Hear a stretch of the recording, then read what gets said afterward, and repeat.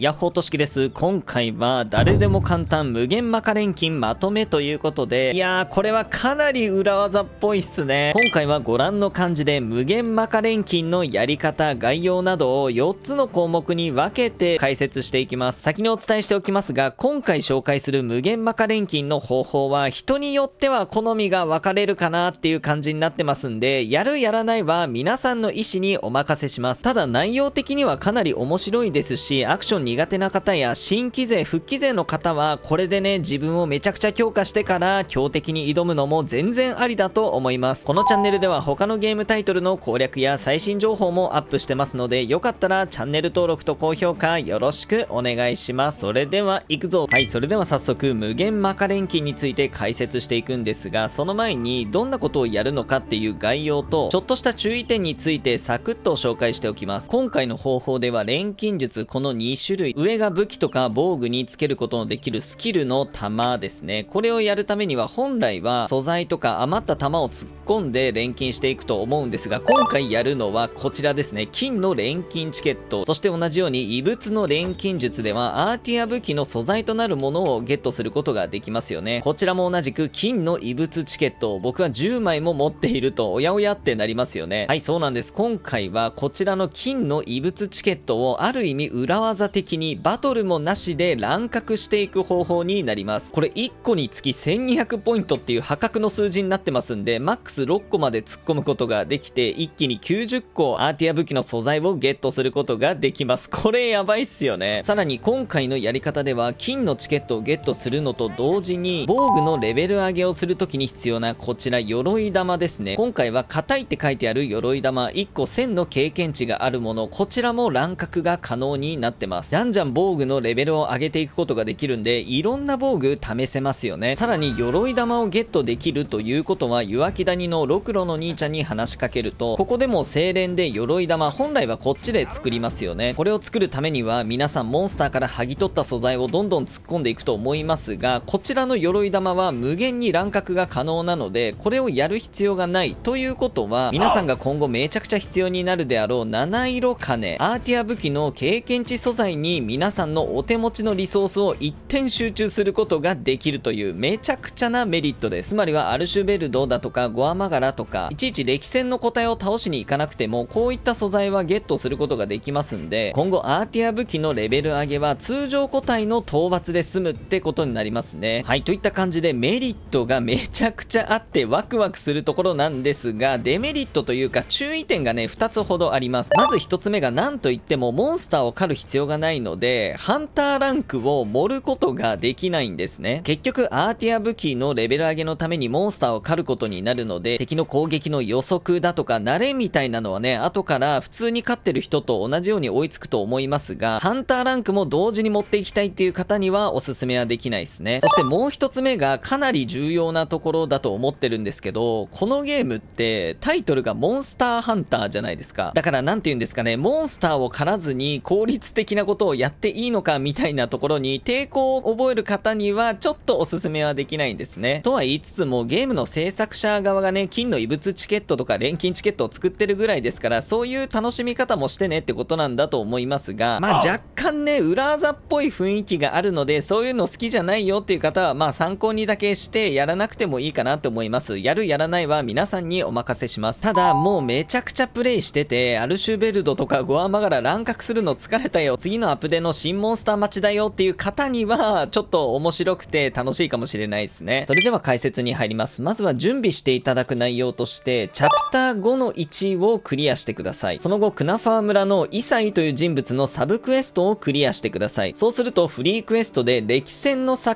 竜というクエストが受注できるようになりますので、その状態まで進めておいてください。またスージャという村のこのセッカっていう人ですね、確か話しかけるだけかサブクエがあったかは忘れちゃったんですけど、持ち物交換をできる状態にしておいてください。もう一人火の森のここら辺にいるキラ仮面という人物の持ち物交換も開放しておいてください。まあここら辺は普通にサイドクエストとか人と普通にびっくりマーク出てて会話をちゃんとしていれば勝手に開放されていると思います。それでは前提条件をクリアしたらどうやって金のチケットを乱獲するのかというと、こちらですね。はい、ここに一夜花の月花粉、月花粉って読むんですかね。これと金金の錬金チケットを交換、そして同じく月下粉1つで硬い鎧玉を3つ一気にゲットすることができます。これやばいっすよね。これはキャンプもしくは肉焼きセットで休憩することで日付を変えることができますよね。そうするとこのリストもシャッフルされて、金の錬金チケットが異物チケットだったりもしくはなかったりだとか、この硬い鎧玉もあったりなかったりするので、日付が変わるたびにチェックして交換していきましょう。1回日付を変えるのにつき調査ポイント300使うので結構減るじゃんって思う方いると思いますが、これから一夜花の月下粉を乱獲していくステップを解説する中に、10分で調査ポイント5000を簡単にゲットできる場所も紹介するのでご安心ください。それではまずステップ1として、隔ての砂原のベースキャンプに来てください。そしてテントに入って、肉焼き器でもいいんですけど、休憩でここを北条記、そして時間帯を夜必ずこのセットにして決定を押してください。はい、日付が変わりましたらちょっと出て、ここのベースキャンプの入り口まで出てきてください。ここら辺の位置ですね。でちょっと左を見て、あそこですね。はい、この辺りの山、一番こう、高くなってるところ、ここら辺ですね。ここら辺をね、ずっと見つめておいてください。1分ぐらいですかね、ちょっと経つと月が出てくるんですね。今回の目標の一夜花の月下粉は満月の夜にしか出てこない超レアアイテムなんですよ。で、ここに出てくる月の形で満月が次いつ来るのかっていうのを判断していきます。はい、ゆっくりと出てきましたね。月こんなところから出てきてるんですね。結構気づかないですよね。今画面に月の形を出してると思いますが、これは満月が終わって1、2、3回目、3日目ですね。であと4、5、6とあるので、あと3日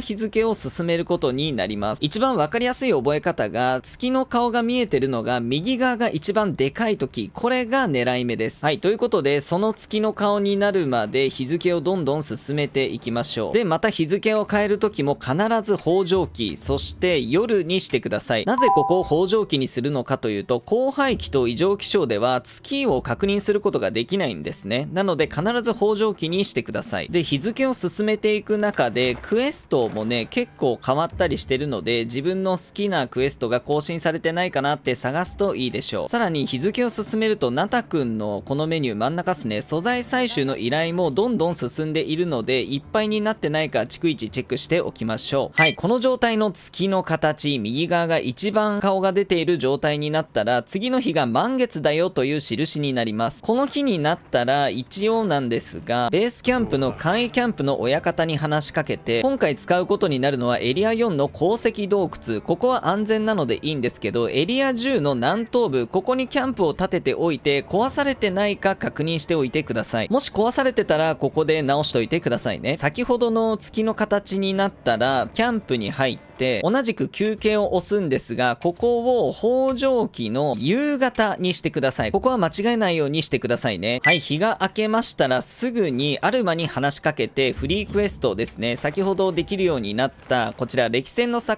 竜をすぐに受けてください。はい、クエストが始まりましたら確実に夕方から始まります。ここからがちょっと時間勝負で、ファストトラベルですぐにエリア10に飛んでください。はい、飛んできましたら左を向いてまっすぐ動画の通りに進んでいってください。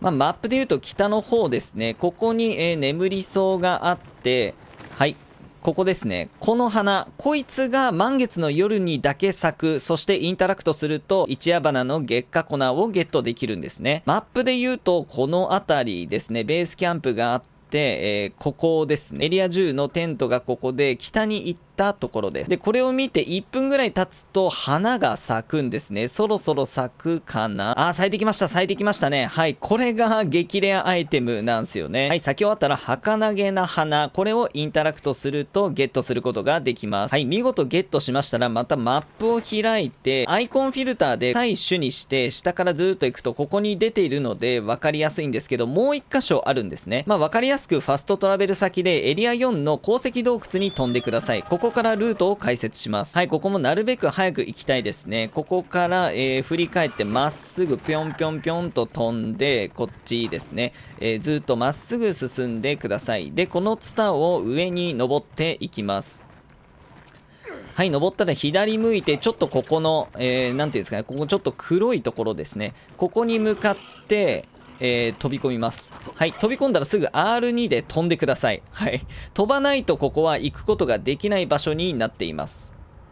はい、到着しましたらまっすぐ行って、はい、ここにもう1箇所ありましたね。儚げな花。はい、ゲットしましたらすぐにクエストから帰還を押してください。これで一連の流れがクリアです。そして戻ってきたらすぐにダッシュしてアルマに話しかけてください。そして先ほどと同じループですね。フリークエストで歴戦の境流に行ってください。はい、でこれでなんで急いでるのかというと、クエストを受けても満月の日が1日しかなくてリアルタイムで進んでいってしまってるんですね。ただフリークエストを受ければこれリポップするので乱獲は可能なんですけど、急いでその1日満月の夜が終わるまでに何回も何回も回りたいので、速攻アルマに話しかけてたんですね。ここも咲いたらすぐ取ってまた次同じ場所に飛んでいくっていう感じなんですね。はい、でこれでうまくいけば満月の夜の間に18個ゲットすることが僕はできました。はい、ここがちょっと難しいですね。ここから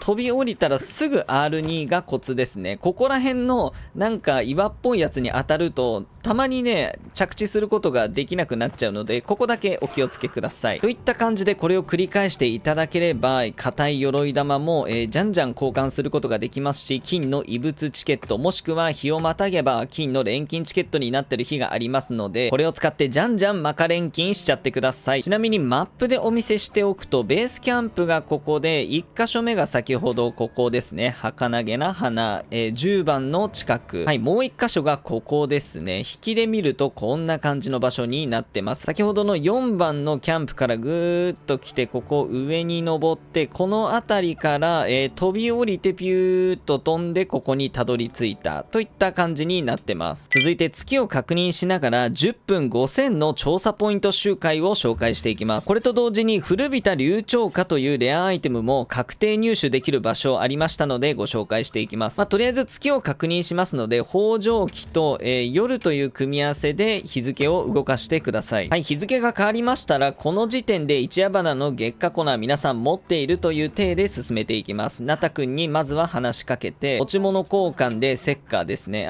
今回は硬い鎧玉のみですね。これを交換していきましょう。そしてここら辺もいっぱいになっていたら収穫しておいてください。はい、月が出てきましたね。満月が終わったばかりの形をしています。いちいち確認しなくても何日過ぎたか覚えておいてもらえればここは省いて大丈夫です。そうしましたら夜のうちに火の森のエリア8洞窟湖というキャンプに行ってください。テントに着きましたら捕獲用ネットを装備しておいてください。そしてこちらの方に進んで、いい感じにいますね。まずはここ、ここにねヤドカリみたいなやつがいるんでこいつを捕まえてください。そうすると古びた彫刻家が、1個ゲットできます。ここはランダムです。50% ぐらいでゲットできるんですけど、奥の方にあそこ光ってますよね。あれがね、北条記の夜にのみ確定で流鳥花ゲットする場所ですね。この後行ってみたいと思います。まずは目下調査ポイントを稼いでみたいと思います。もうこれは有名なんですけど、ここら辺にね泳いでる魚をパクるだけですね。捕獲ネットで釣りじゃなくて簡単にゲットすることができて、白銀魚白金魚っていうんですかね。こいつが1匹100もらえて、黄金魚が1匹50もらえると、これめちゃくちゃうまいし早いっすよね。いなくなったらこちらのコインの方に進んでいきましょう。これですね。これね結構知らない方多いと思うんですけど、北条記の夜のみ確定でここに落ちてます。でこれをゲットしつつ、ここにも魚がいっぱいいるので乱獲しちゃってください。めちゃくちゃいる時はいるんですけど、ちょっと少なかったですね。取り終えましたらここで、携帯焚き火台を焚いて急速に入ってください。でここも同じように北条記で、